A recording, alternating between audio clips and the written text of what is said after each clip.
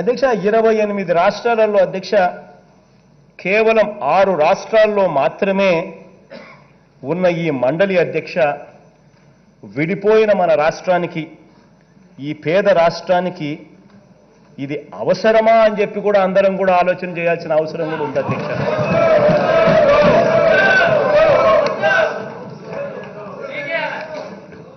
అధ్యక్ష మేధావులు శాసనసభకు ఎన్నికయ్యే అవకాశాలు ఉండవన్న ఉద్దేశంతో ఏనాడో పెట్టిన ఈ పెద్దల సభ అవసరం ఏకంగా అధ్యక్ష ఇంతమంది పిహెచ్డీలు ఉన్న సభ మన శాసనసభలోనే ఉన్నారు అధ్యక్ష.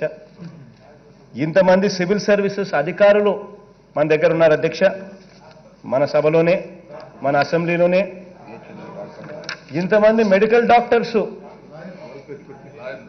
ఇంతమంది లాయర్సు, ఇంతమంది ఇంజనీర్లు, ఇంతమంది పోస్ట్ గ్రాడ్యుయేట్లు, ఇంతమంది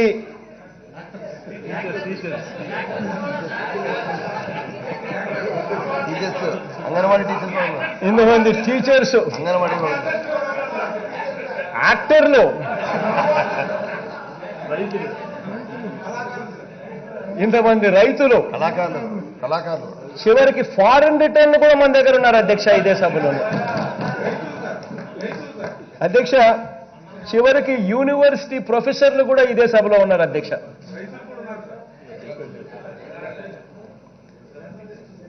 అన్నిటికీ మించి రైతులు ఉన్నారు అధ్యక్ష, జర్నలిస్టులు కూడా ఉన్నారు అధ్యక్ష ఇదే సభలోనే.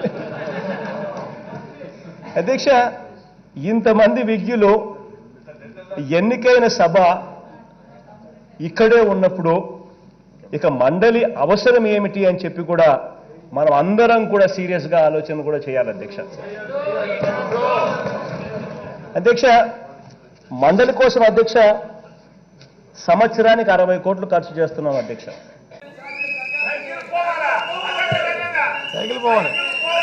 అధ్యక్ష వాళ్లే సైకిల్ పోవాలనుకుంటున్నారు అధ్యక్ష, వాళ్లే సైకిల్ పోవాలంటున్నారు అధ్యక్ష, వాళ్లే సైకిల్ పోవాలనుకుంటున్నారు అధ్యక్ష. ఆ గాలి పోయిన తుప్పి పెట్టిన సైకిల్ పోవాలని వాళ్ళే అనుకుంటున్నారు అధ్యక్ష. ఎలా మాట్లాడతాం అధ్యక్ష? సాక్షాత్తు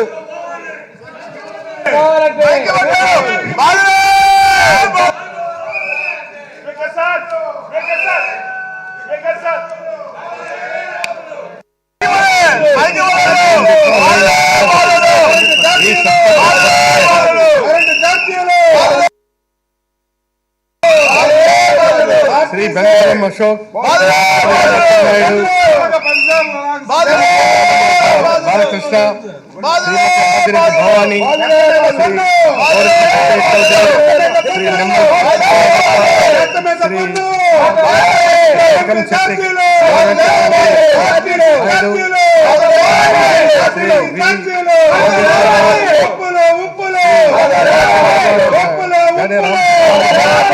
శ్రీ వేణుగోపాల్,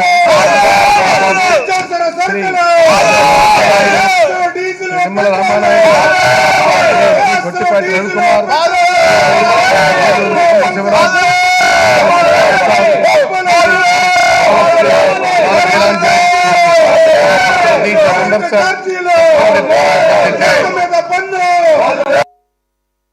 అట్లా వీళ్ళకేమైనా కుర్చీమైన మరి వ్యామోహం ఏమో అర్థం కావట్లా. మరి బాలకృష్ణ గారు అంటే ఎట్లా అంటున్నారు? ఇది సినిమా కాదు. ఈరోజు వీళ్ళ కుర్చీ మీద వ్యామోహంలా కనపడుతుంది వీళ్ళకి. ప్రజలకు బాబు ప్రజలు ఆశీర్వదిస్తే వస్తుంది మీ కుర్చీ, అంతేగాని ఇలా కుర్చీ దగ్గరికి వెళ్తే రాదు బాబు. ఆ విషయం గుర్తుపెట్టుకుని, ఇదే సినిమా కాదు. తొడలు కొడితే కుర్చీల దగ్గరికి రావడానికి కుర్చీ మీద అంత వ్యామోహం ఉంటే ఎలా అధ్యక్ష? వీళ్ళకి ఈ విధంగా అక్కడికి వెళ్ళి కూర్చుంటే ఎట్లాగా?